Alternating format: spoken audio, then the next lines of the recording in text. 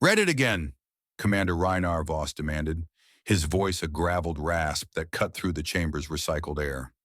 His fist slammed against the polished surface of the command table, rattling glasses and making several junior officers flinch. The laser plasma display above them burned with the Concord Decree in stark, luminous script, each word as sharp as a blade. All human expansion rights revoked, colonies to be dismantled, orbital shipyards disarmed, fleets reduced to a tenth of their standing numbers. The words were not written as a suggestion, but as a sentence passed by a tribunal that had never once invited humanity to defend itself. One of his aides, a younger strategist named Corbin, shifted uneasily before reading the final clause aloud. Failure to comply will result in enforcement action, proportional and immediate. His tone faltered as the display highlighted the attached image. Charred settlement remains on Halmer Ridge. 200 colonists executed by Concord patrols. The Concord's official record named the atrocity as a disciplinary measure. The picture froze the room. Men who had seen combat battleships torn apart now lowered their eyes like children before a grave. Renard did not look away. He stared until the red edges of the image burned into his sight, until the ache in his jaw told him his teeth were grinding. The report's casualty list crawled beneath the photograph like a funeral roll. He found the name he had dreaded, Darren Voss, his estranged brother, the man he had not spoken to in 12 years, buried now among innocents who had not carried weapons, whose only crime had been refusing to abandon their homes when Concord troops arrived. They broadcasted it on every Concord channel, Corvin continued quietly, his hands tightening into fists against his uniform sleeves. They wanted us to see. They wanted the galaxy to see. Reinar leaned forward, voice dropping into something colder, sharper. And the message they sent is simple. We are not equals. We are livestock. They believe patience is compliance. They believe fear will silence us. He turned slowly, letting his gaze rake across every officer in the chamber. Tell me, are they wrong? No one answered. The silence was heavier than gravity. The heavy doors of the Geneva Dome Council chamber swung open, admitting a flood of officials and commanders from across Earth's divided governments. The vast chamber was built not for comfort, but for endurance, its tiered seats carved from stone taken from the ruins of old Geneva after the last great war on Earth, a reminder of what humans had survived on their own. Now those seats filled with admirals, generals, and ministers, each man carrying the burden of representing a fractured but still breathing species. The council convened with voices already raised. Some argued for submission. We cannot afford a war of annihilation, Admiral Merrick insisted, his tone clipped and pragmatic. They have fleets 10 times our number. Their supply chains stretch across thousands of worlds. We fight them openly, and we guarantee extinction. His words, laced with calculation, found nods among the cautious. Others spat defiance. General Halvik slammed his cane against the marble steps. We bow now, and we consign every colony, every generation, to servitude. Better to fight and fall on our feet than crawl until our bones rot. His scarred face and missing eye gave weight to his fury, for he had survived one of the Concord's earlier peacekeeping campaigns. The debate churned with heat, words flying like crossfire. Some invoked reason, others invoked history. Renard remained silent, his jaw locked, until a councilman sneered from the third tier. You ask us to gamble the lives of billions on pride, Commander. Tell us, why should Earth ignite the stars over this? They were colonists. They disobeyed. They paid the price. Let us not risk more. The words struck Reinar with the force of a physical blow. He rose, his tall frame casting a long shadow across the council floor, and spoke in a voice that carried like iron dragged across stone. You speak of them as if they were disposable. They were not numbers. They were not pawns on some alien's board. They were men like us. They had families. They believed in the promise that we could hold our own among the stars. And the Concorde slaughtered them, not because they were dangerous, but because they dared to exist outside permission. He leaned forward, his hand slamming down on the railing. One of them was my blood, my brother, Darren Voss. They killed him while he was unarmed, because they thought it would frighten me. They thought it would frighten all of you. Tell me, does it frighten you, or does it enrage you? A murmur swept the chamber, anger stirring among men who had entered uncertain. The Concord's decree blazed on the wall above them, stark evidence of their intended future, obedience or erasure. Minister Laren, a politician more measured than most, raised a hand. We cannot deny the truth, Commander. They are stronger. We are cornered. Survival depends on knowing when to yield. Renard's laugh was bitter and sharp. Yield? We have yielded for a century. Every treaty we signed, every concession we offered, every time we swallowed pride in the name of peace, they took more. We were patient because we believed coexistence was possible, and now they repay patience with blood on the soil of Halmar Ridge. He gestured toward the display, the image of charred ruins flickering above them. If patience only buys us graves, then patience is already surrender. General Halvik thumped his cane again. Then what do you propose, Voss? Throw our fleets against theirs and hope we make enough noise before we're vaporized? Reinar's expression hardened, and for the first time he spoke the name forbidden to most of the galaxy. The Delphi, directive gasps rippled across the chamber. Men turned to one another in disbelief, some shaking their heads. The directive was a whispered legend, a contingency buried so deeply within Earth's strategic vaults that many doubted its existence. Conceived during the earliest encounters with conquered arrogance, it was said to be a doctrine not of survival, but of vengeance, a manual for how to bleed an empire larger than oneself until it fractured from within.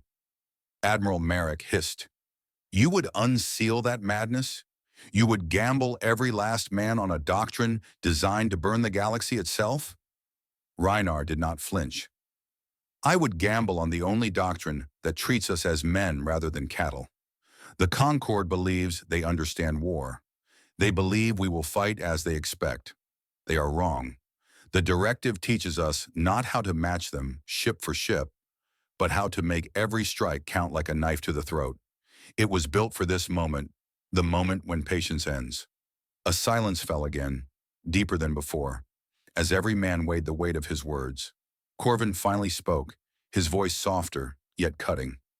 "If we follow this path, there is no going back. Every action will bring reprisal. Every reprisal will take more of us. This is not survival. It is defiance." Reiner's gaze swept the chamber, steady and unyielding. Defiance is survival. The Concord wants us broken, obedient, grateful for scraps. If we refuse to kneel, if we show them that killing one settlement only strengthens our will, then we are not prey. We are a people who claim the right to exist. My brother died believing the stars belong to us as much as to them. I will not let his grave prove him wrong. Above them, the Concord's broadcast continued on repeat, alien voices reciting the decree as though nothing they said mattered. Yet in the Geneva Dome, the air was no longer heavy with fear, but with something sharper, harsher, alive. For the first time since the decree arrived, the council was silent, not because they were cowed, but because they understood what Reinar had placed before them, a choice between dignity and erasure. "Light the fuse," Reinar Voss ordered, his tone stripped of hesitation. The command chamber aboard the cruiser Iron Reproach fell silent for a breath. Then the operators bent over their consoles. A forest of heads-up displays glowed with lines of dormant code. Each line seeded decades earlier into Concord infrastructure under the guise of harmless maintenance protocols. Men who had never fired a weapon in anger now carried expressions as sharp as blades, for what they were about to unleash would alter the course of the war before it had officially begun.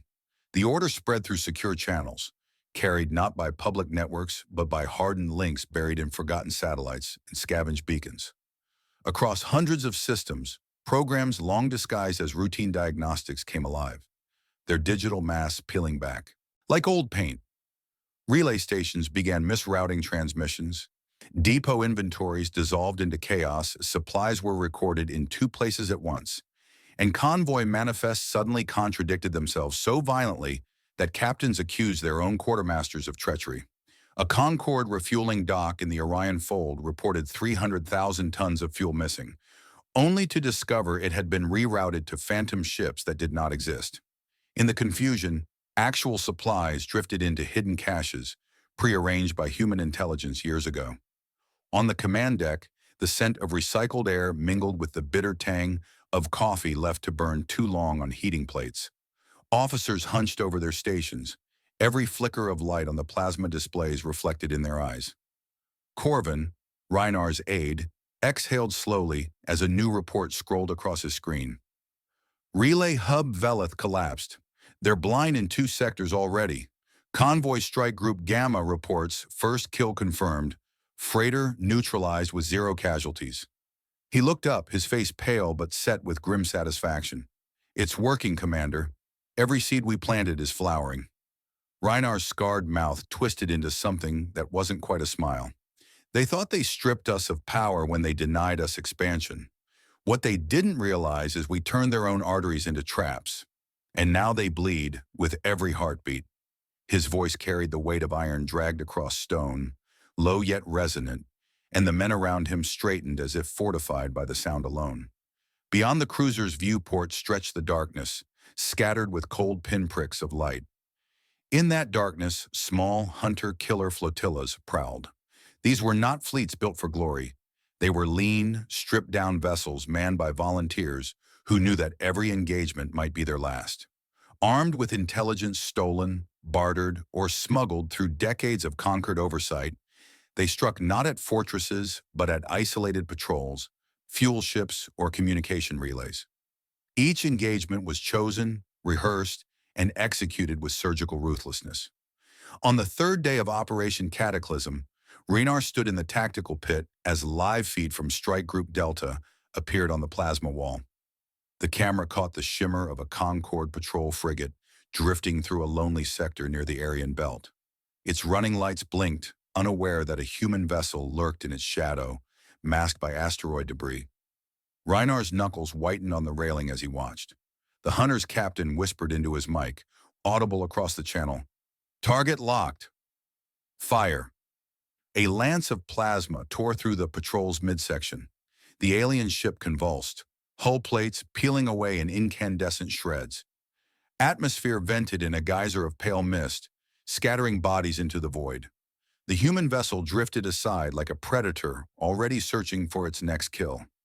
The feed cut to static, leaving only the image of the Concorde crest crackling as if mocked by its own fragility. "Strike Group Delta confirms kill," Corvin said, his voice subdued but steady. "Minimal munitions expended. 0 casualties on our side." Reinar turned from the display, the light painting harsh lines across his scarred cheek. He spoke loud enough for all to hear. "Every patrol destroyed is more than a victory. It is proof. Proof that we do not strike blindly. Proof that we have waited and prepared while they called us children. Let them laugh at our numbers. We will carve those laughs from their throats one convoy at a time." The chamber echoed with restrained energy, men gripping their consoles tighter, not in fear but in shared fury. But the Concorde did not remain still. Reports began to flow in. Faster deployments, squadrons converging on colonial borders, blockade lines forming around trade routes. The enemy adapted, not with subtlety but with overwhelming force. On the heads-up displays, crimson markers multiplied around human settlements, each marker a cord tightening into a noose. "They're accelerating deployments," Admiral Merrick's recorded message warned as it appeared on the Council's secure channel. His face was lined with strain, eyes shadowed from sleepless nights. "They intend to strangle the colonies before your strikes spread further. We must assume full blockade is imminent." Inside the Iron Reproach, officers traded uneasy glances. One muttered, "We woke the beast." Renar silenced him with a glare. "We didn't wake it. It was always awake, waiting to feed. What we did was put a blade in its belly, and it will thrash. It will tear at everything near it. That is why we must be faster, sharper, and prepared for the blood it spills." His tone was steady, but beneath the steel lay an ember of grief that none could miss. Every victory carried the shadow of what retaliation would follow. Later, when the war room had thinned and the air smelled of sweat and metal warmed by too many bodies, Corvin approached quietly. His voice dropped to something meant for his commander's ears alone. They're admitting it now, sir. Alien analysts. We intercepted chatter. They're saying our strikes can't be coincidence. They're saying humanity is coordinated. Reinar's eyes lingered on the laser plasma display, where lines of alien supply routes dissolved into red warning icons. He did not smile, though satisfaction flickered in his gaze. Then for the first time in their long dominion, they are beginning to see us not as a nuisance, but as an enemy. Corvin hesitated before speaking again. Every strike brings them closer, sir. They will come with more than blockades. They will come with fire. Reinar finally turned, his gaze hard as forged steel. Then let them come. Better to meet them in open flame than wait for the slow death of obedience. Every blow they strike will carve deeper into their own. Arrogance. Every ship they send will teach them what we have always known. We were patient, not powerless. The chamber was quiet except for the hum of machinery and the distant thrum of systems keeping them alive. Outside, flotillas hunted, code wormed through Concord networks, and a galaxy accustomed to humanity's silence began to realize silence was no longer their language. Get them aboard, now! Reinar Voss roared across the comm channel, his throat raw from hours of barking orders. The evacuation docks of Halmar's twin world, Draven's Reach, glowed under the rain of plasma bombardment. Concord destroyers circled in cold formation above the stratosphere, their weapons striking not to annihilate instantly, but to drive panic, to crush will. Docking bays burned, their steel ribs twisted into shapes that screamed of ruin. The air reeked of smoke and scorched stone, carried through emergency seals each time a hatch opened. Civilians poured forward with whatever belongings they could carry, some clutching children, some only the clothes on their backs, their faces streaked with ash and despair. Reinar stood on the deck of the Iron Reproach, his gloved hands clenched against the rail as the heads-up displays lit with cascading warnings. Corvin's voice cut through the din. We've filled 5 transports. 6 is overloaded. If we push another 1,000 inside, the life support won't hold. They'll die if they stay, Reinar snapped, eyes flicking to the laser plasma projection of the orbiting Concord fleet tightening the blockade. The enemy hadn't committed to full bombardment yet. They wanted this agony seen, wanted it recorded. Already Concord transmitters were broadcasting the so-called stabilization effort across Allied channels, labeling humanity's resistance as reckless self-destruction. Images of starving colonies and crumbling stations were offered as proof. They called the purges necessary containment. Reinar knew better. It was domination through horror. Commander, the civilian governor refuses to leave without confirmation his family is safe, another officer reported, sweat beading on his brow. Reinar's reply was a snarl. Then drag him aboard. If he wants to argue, he can do it from orbit. Right now, every second we waste is another body burned into the streets. On the surface below, the world was unraveling. Sirens blared across ruined cities, mingling with the screams of those who couldn't reach the docks in time. A child's cry carried over an open comm feed, piercing through the layered voices of officers until Reinar silenced the channel with a hard gesture. His chest tightened, remembering the name on that casualty list from Halmar Ridge. Durin, his brother. That voice could have been one of Darren's sons, erased under the word discipline. The 6th transport shuddered free of the bay, its exterior blackened with fire. Reinar watched its slow ascent, every meter upward in agony, until it vanished into the protection of human escorts. Then the 7th transport was lost. A Concord cruiser cut its engines apart with a single beam, scattering wreckage across the clouds. On the command deck, men cursed and slammed fists against consoles, but the battle raged on, pitiless and one-sided. Corvin whispered, not daring to look at his commander. We saved 30,000. We left 3 million behind. Reinar's eyes closed for a fraction, the weight of those words pressing against the fractures of his spirit. When he opened them, the gaze was not softer, but harder, as if grief had been forged into tempered iron. Mark their names, all of them. We will not let them vanish into numbers. Hours later, after what fragments of survivors had been gathered, the Iron Reproach pulled back with the fleet. Behind them, Draven's Reach glowed like a dying coal, its atmosphere choked with fire. The Concorde fleet held position above, unmoved by the screams beneath. From the safety of their councils, alien broadcasters described the operation as successful pacification, proof of order restored. The words spread like poison across networks, every lie dressed in the language of stability. When the battered human convoy limped to Mars, the survivors staggered into domed cities where entire districts had been repurposed into memorial halls. Their names were engraved into steel plates stretching from floor to ceiling, corridors lined with rows of the fallen. Every evacuation that failed, every colony left to burn, carved itself into those walls until entire avenues of Martian settlements became silent cities of remembrance. Men walked those halls in silence, their boots echoing against the stone floors, fingertips brushing against names they would never speak to again. Renar moved through those halls one evening after the fleet's return. The air was cold, tasting faintly of recycled minerals from the dome's life systems, but it carried the weight of mourning heavier than any gravity. Corvin trailed behind, hesitant to break the silence. Finally he spoke. "They want us broken, Commander. They think fear will bind us. But the men, when they see these names, they don't turn away. They tighten their fists." Reinar stopped before one particular panel, his scarred hand tracing letters burned into the steel. Darren Voss. The inscription was clean, the surface still warm from the welding. His jaw worked as if grinding stone. "They killed him to remind me what patience costs," Reinar said softly, his voice roughened by smoke and loss. "They killed him to remind me what waiting earns us. But I swear to you, Corvin, for every name on these walls, they will lose more than they can imagine. The Concorde believes fear silences men. Let us teach them that grief is louder." Corvin bowed his head, the lines of exhaustion etched deep into his young face. "Then we carry this forward, sir. We make sure the next strike shows them that we don't scatter, we sharpen." Reinar straightened, shoulders rigid as if carrying the weight of all those names. "We sharpen," he repeated and turned toward the command lifts.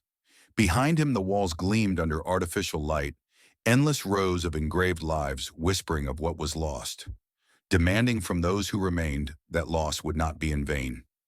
In that moment, for every man who read those names, survival ceased to be enough. Dignity became the only war worth fighting. "Explain to me why they didn't fire," Reinar demanded, slamming his palm against the edge of the tactical table. The laser plasma display above them replayed the encounter in chilling detail. A Concorde cruiser had targeted a crippled human corvette, locked for the killing shot, then hesitated, frozen, for 12 seconds, before turning its guns on empty space. That hesitation had bought the corvette enough time to crawl behind an asteroid field and disappear. Across from him, analyst Joran Ravik wiped sweat from his temples. His fingers danced over his console, summoning lines of alien data streaming in fractured alien glyphs, translated into rough human equivalents. "Because they couldn't decide," he said. His voice shook, not with fear, but with the awe of discovery. "Their entire fleet doctrine is weighted through predictive consensus AI. Every ship's core feeds probabilities to a central node.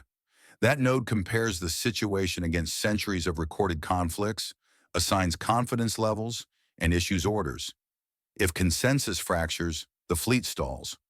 Corvin leaned forward, his jaw tight.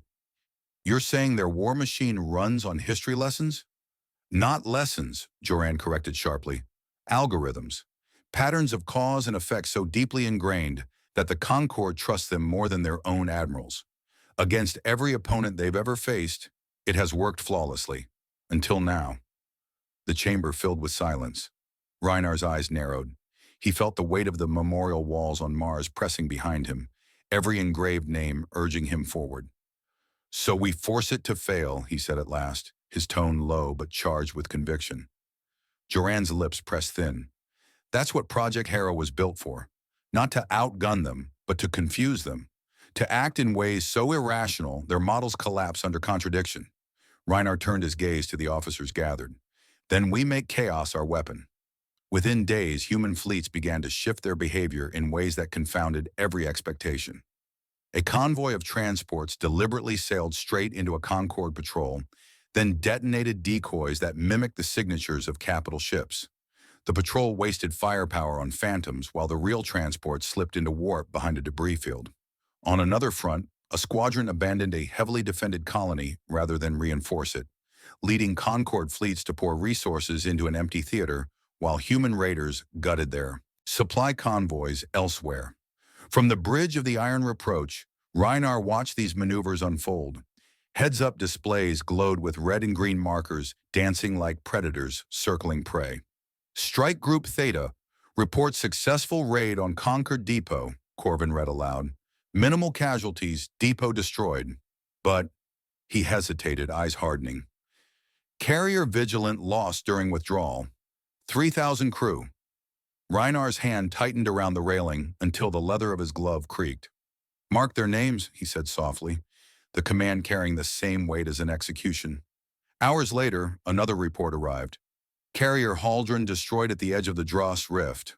5,000 lives. But their sacrifice drew 3 Concorde fleets into the rift. They fought each other in the confusion. The men on the bridge shifted uncomfortably. Every victory came at a cost measured in funerals. Reinar forced himself to look directly at the display, at the growing number of Concorde ships crippled by their own hesitation. We are bleeding them, he said, his voice steady even as the deaths stacked higher. But the price will drown us if we don't act fast. Alien networks soon crackled with panic. Transmissions captured by human analysts revealed commanders cursing their own machines, demanding explanations for why their ships fired into empty asteroid belts or missed opportunities to crush retreating human flotillas. Some accused each other of sabotage. Others whispered of traitors feeding false data. Confidence fractured. Yet none of them could admit what Reinar already understood. Their greatest strength, the certainty of their algorithms, had become their greatest weakness. In one intercepted message, an alien officer screamed into his console, "How can they abandon a colony willingly? No species would do that. It is madness. The models cannot predict them." When that recording played in the war room, men who had been hollowed by grief straightened in their seats. For the first time, they heard fear in their enemies' voices. But victory was not free. The Iron Reproach itself staggered under the weight of battle damage. Bulkheads groaned as engineers welded plates over scars where enemy fire had carved through decks. The tang of burnt insulation lingered in the corridors, mixing with the iron smell of blood scrubbed from the floor. Medbays overflowed with the wounded, their groans echoing through the ship as a grim reminder that even chaos demanded sacrifice. One night, in the dim glow of his quarters, Reinar sat opposite Corvin. Neither man touched the untouched trays of food cooling between them.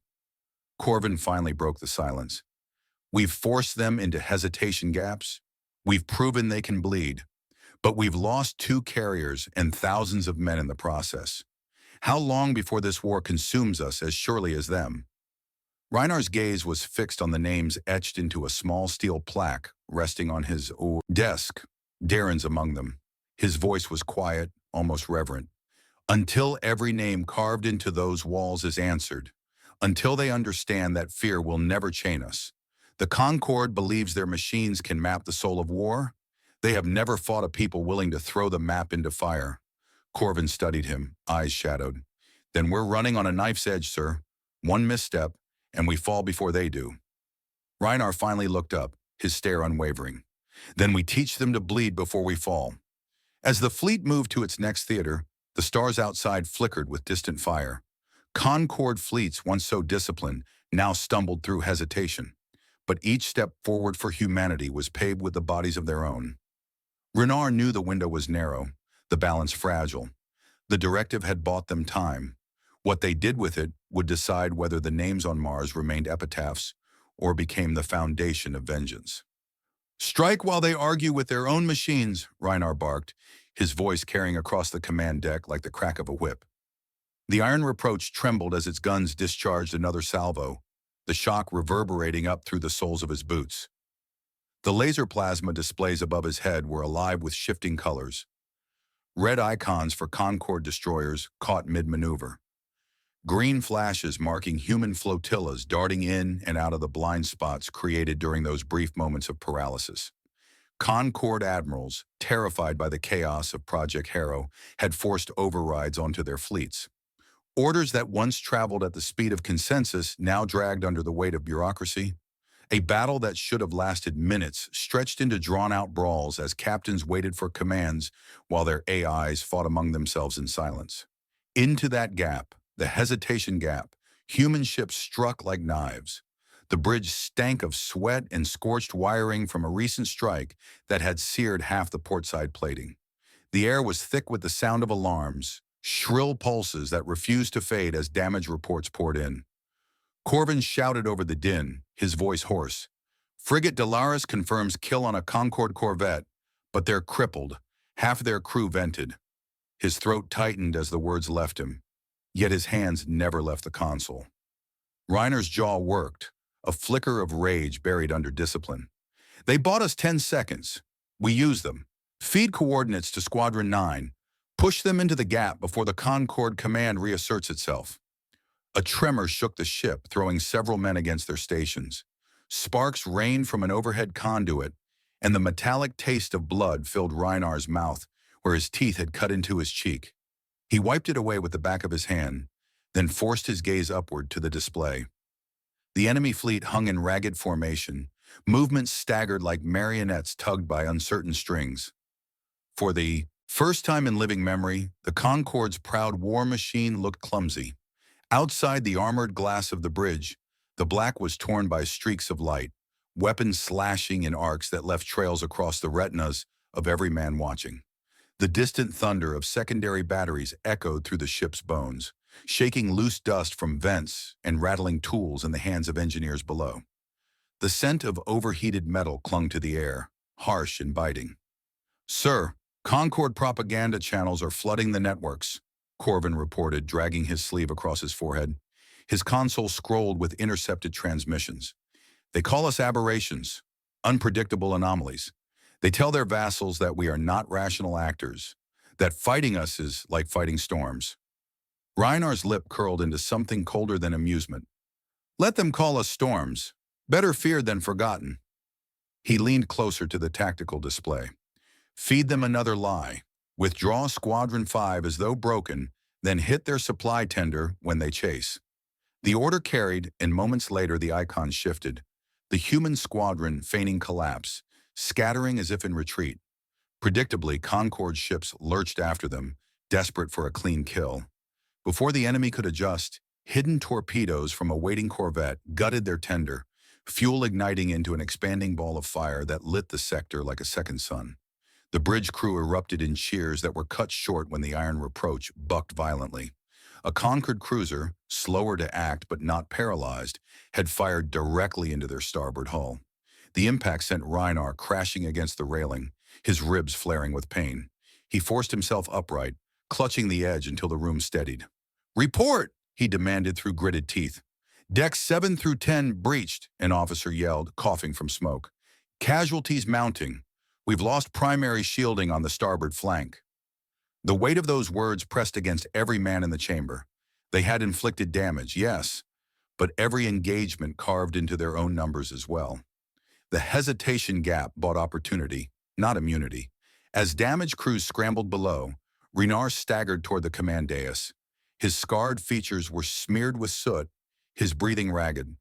Corvin caught his arm briefly. "You're injured." Reinar shook him off, his eyes burning with something fiercer than pain. "As long as I stand, they'll know we do not break. Get us back in position." Hours later, as the battle wound down, the iron reproach limped into cover behind an asteroid belt. Hull plates glowed red-hot where fires had eaten through bulkheads. The corridors reeked of coolant leaks and burnt composites. Medbays overflowed, men groaning as stretchers lined the halls. Reinar walked among them, his own ribs bound under his uniform, his body screaming at every step.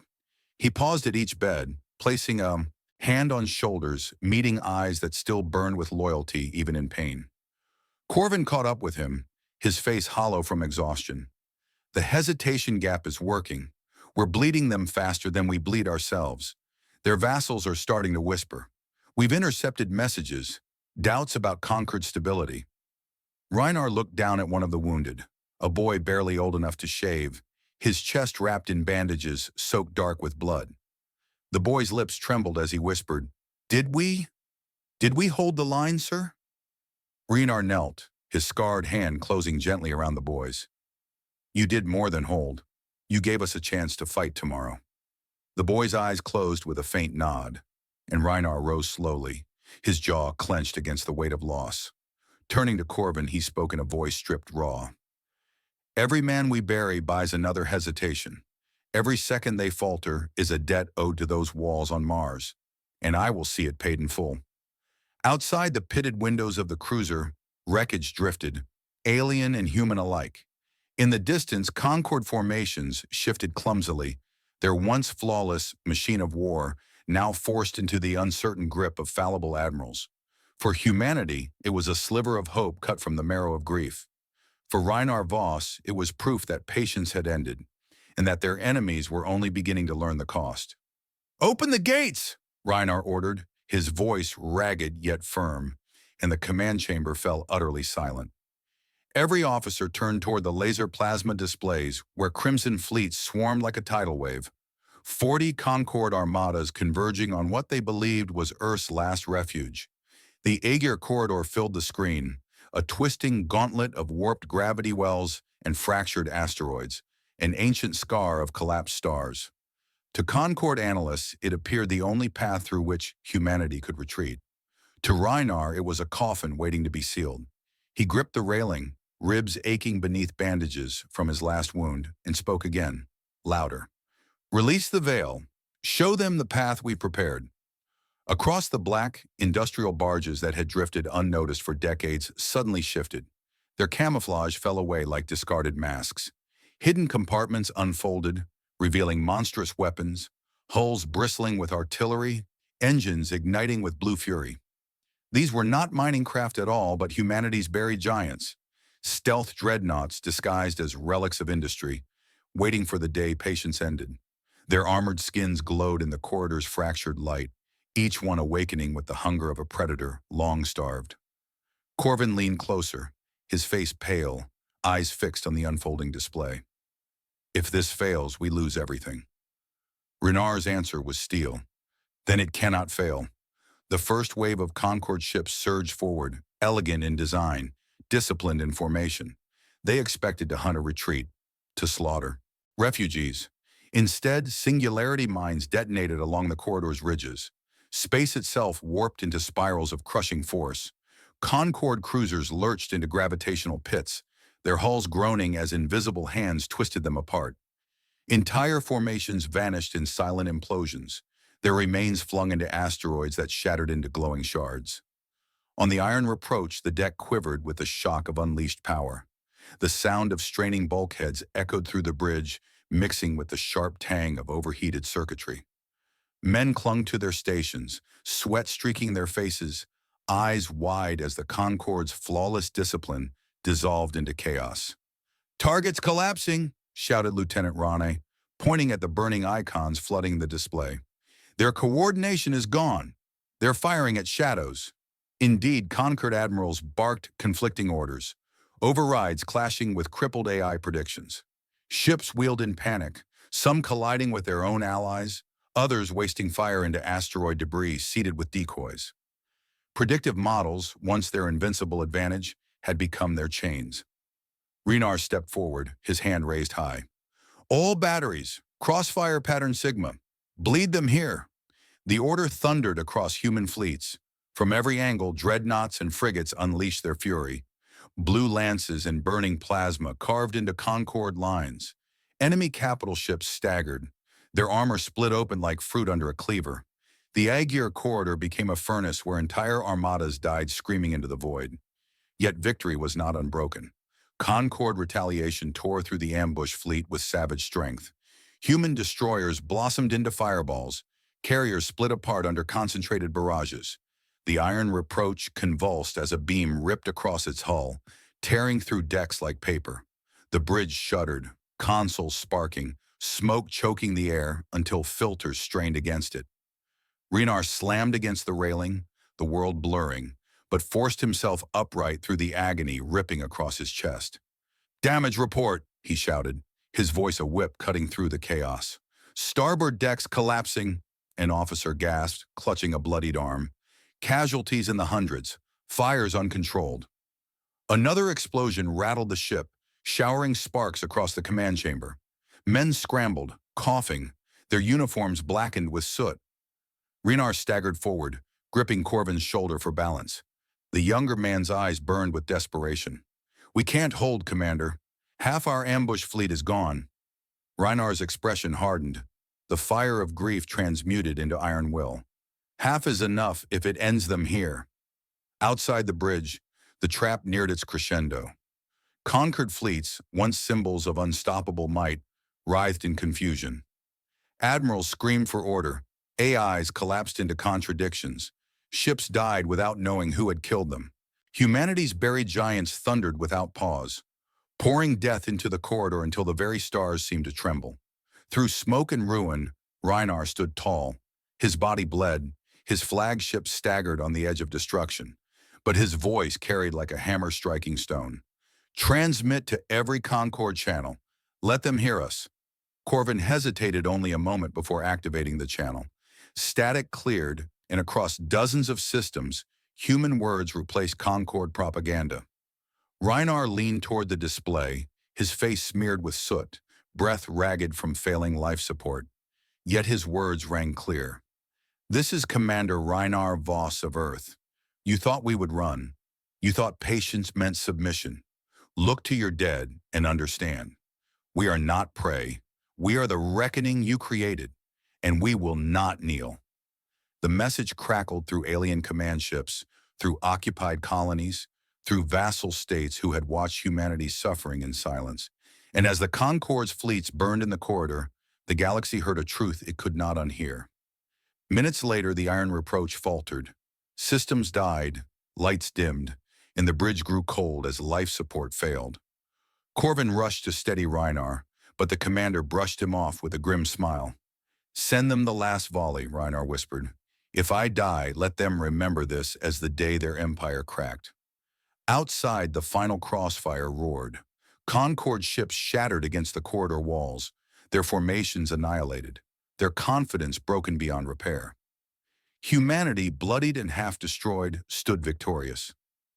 "Every council chamber is shaking," Corvin said, his voice hushed though they stood alone. The iron reproach lay crippled in orbit above Mars, its deck scorched and its frame patched with temporary repairs. But the commander's quarters still carried the weight of authority. He handed Reinar a sealed packet, its surface stamped with multiple planetary seals. "This is from the surviving leaders of Earth and the colonies. They say you've earned the mantle. They want to name you Supreme Commander of Humanity." Reinar sat stiff-backed at his desk, ribs bound under his uniform, pain shooting down his side every time he drew breath. The light from the plasma display cast his scarred face in alternating shades of crimson and blue. He opened the packet slowly, scanning the text. Offers of power, of permanence, of rule over the fractured but rising species he had defended. He let the words sit for a moment before setting it aside with deliberate care. "I didn't bleed to be crowned," he said at last, his voice harsh but steady. "This fight was never for thrones. It was for the right to exist without asking permission." He looked up, eyes narrowing. "Tell them I decline. We fought for dignity, not dominion." Corvin inclined his head, though unease shadowed his features. "Some won't understand, sir. They crave a single banner to stand under." Reiner's reply was clipped. "Then let the banner be the names carved into the Martian walls. Let them lead better than I ever could." Outside those walls, the galaxy shifted. The Concord's defeat in the Egger corridor had not destroyed it entirely, but the illusion of invincibility was gone. Their fleets had burned on every channel, their admirals humiliated by hesitation and slaughter.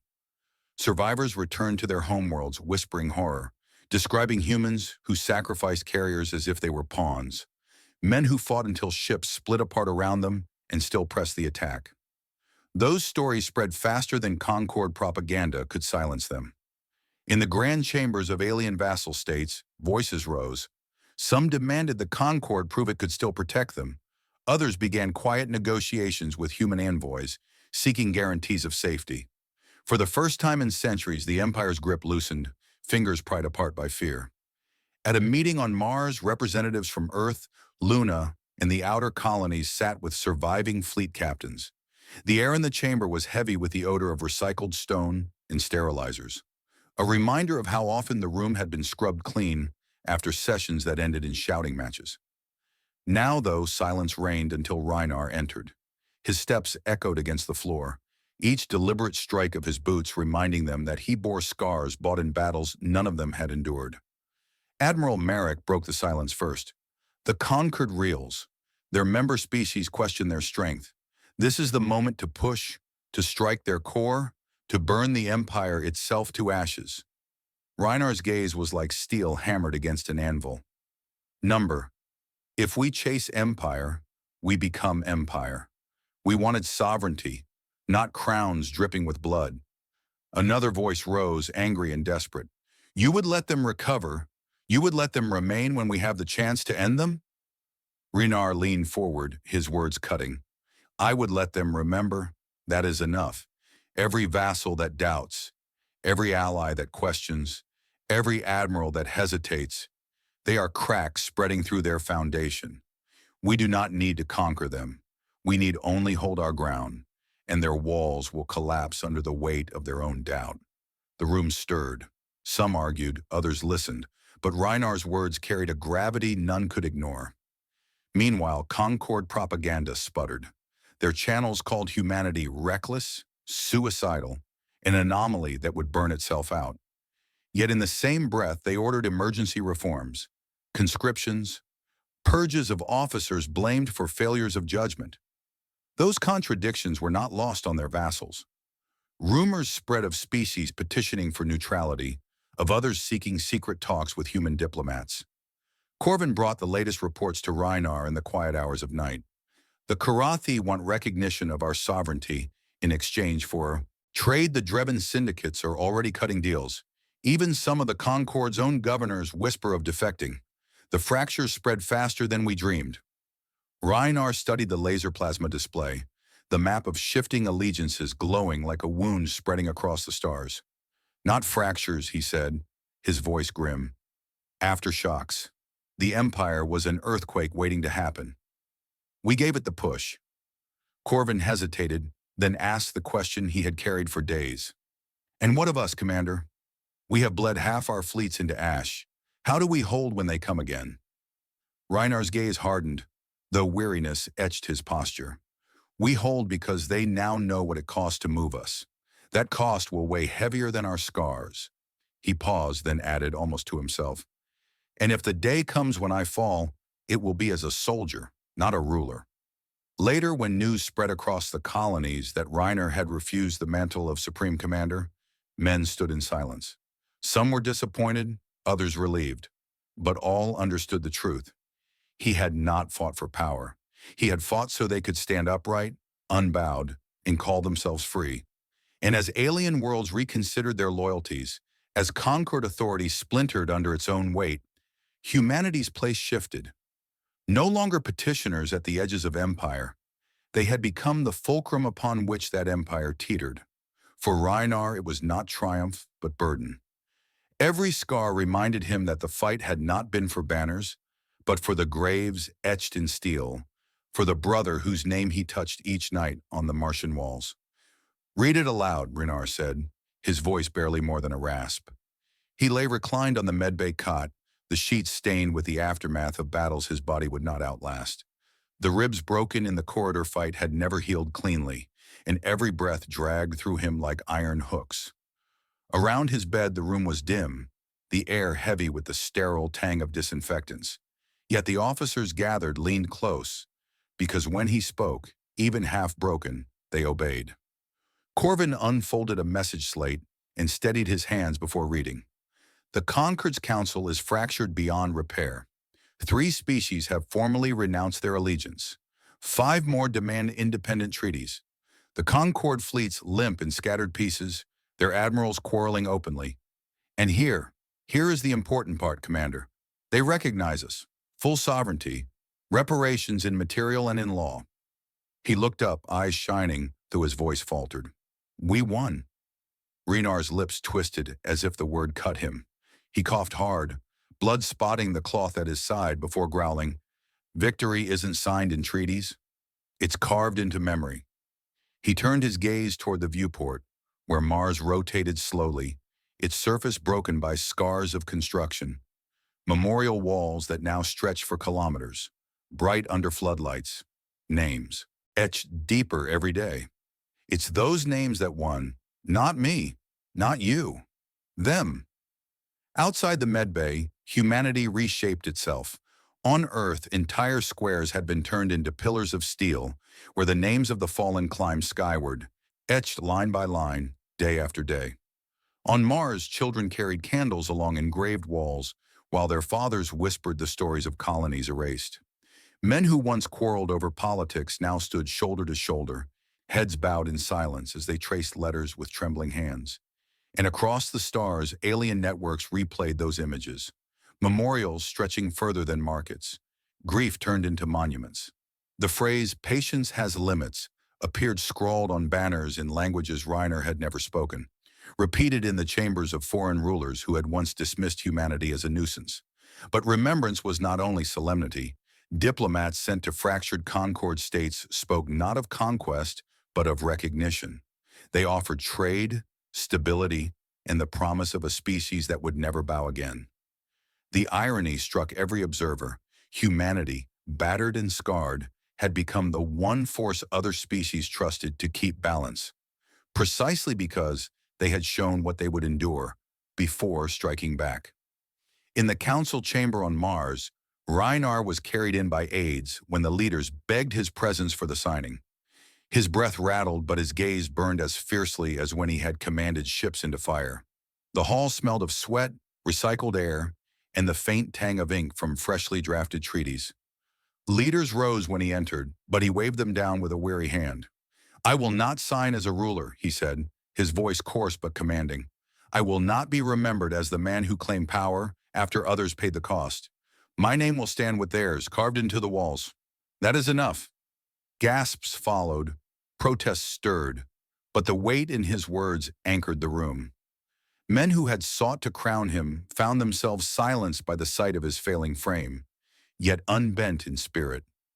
Corvin knelt beside him later, in the quiet beyond the applause, and whispered, "You could have taken the mantle. They would have followed you anywhere."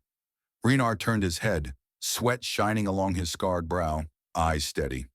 "Then it would have been a war for me, not for dignity, and dignity was all we had left when they stripped everything else. Don't let them forget that." In the days that followed, the Delphi directive was locked away again, sealed in archives with warnings engraved upon its casing. Not destroyed, for men whispered that one day it might be needed, but locked with the weight of what it had unleashed.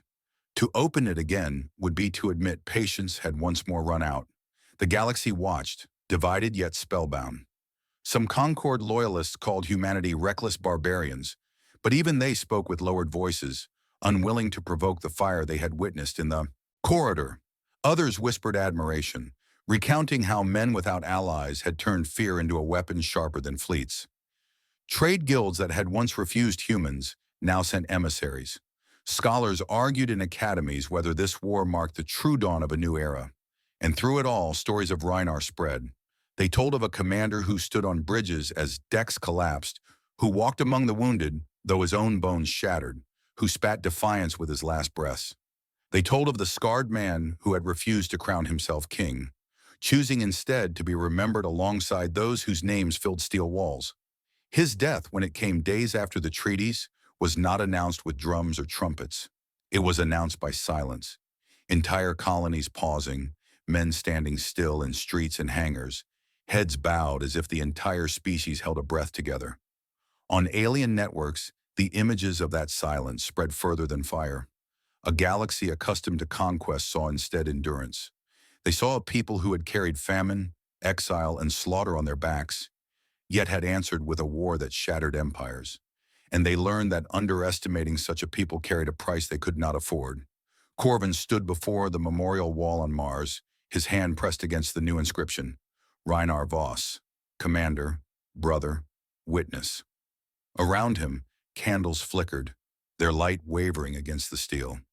He spoke softly, not to the men at his side, but to the wall itself. You said victory was carved into memory. You were right. The galaxy remembers now, and it will never forget what happened when our patience ended. In years to come, that phrase would echo across charts and treaties. Patience has limits. It would become the warning whispered in every chamber where arrogance threatened to rise unchecked. For the Concord, it was a scar they could not erase. For humanity, it was the definition of their place in the stars. The war ended not with conquest, but with recognition. And as the galaxy looked to the names carved into walls of steel, it understood a truth burned in fire. Humanity would endure every wound, every exile, every grave. But once their patience was broken, the universe itself would remember it forever. If this story gave you chills, smash that subscribe button for more thrilling HFY sagas where humanity proves why we should never be underestimated. Now we want to hear from you.